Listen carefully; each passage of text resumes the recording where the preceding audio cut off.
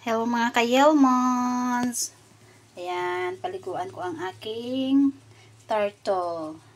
Kasi tingnan nyo guys, madumi na ang kanyang lagayan. Kaya ayan, malaki siya guys, oh. Malaki na siya. May dalawang bato at saka may ano siya, oh.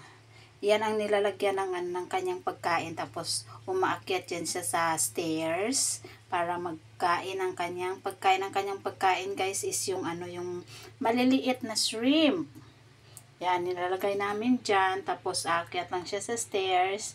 At saka, kakain, oh. Tingnan niyo siya, guys, oh. Parang lalabas na siya, oh. Ayan.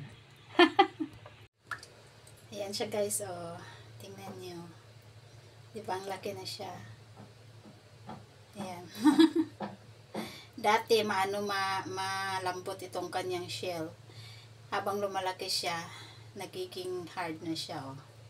Tingnan niyo guys. Paliguan ko muna siya guys. Ayan na guys, ilagay ko muna dyan siya. Para maano ko yung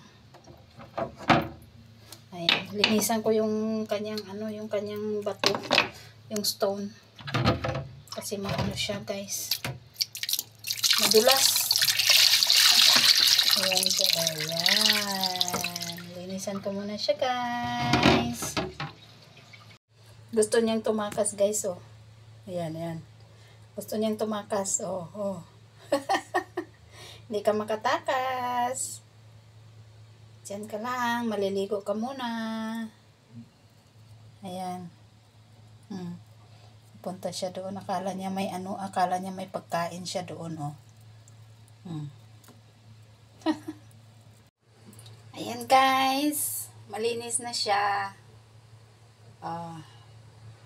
Lagay ko na siya sa kanyang lagayan at ibalik doon sa pwesto niya. Ayan. Oh, malinis na guys. Balik ko na siya doon, tapos lagyan ko siya ng pagkain. Hanggang dito na lang guys. Thank you for watching. Bye bye. Bye turtle.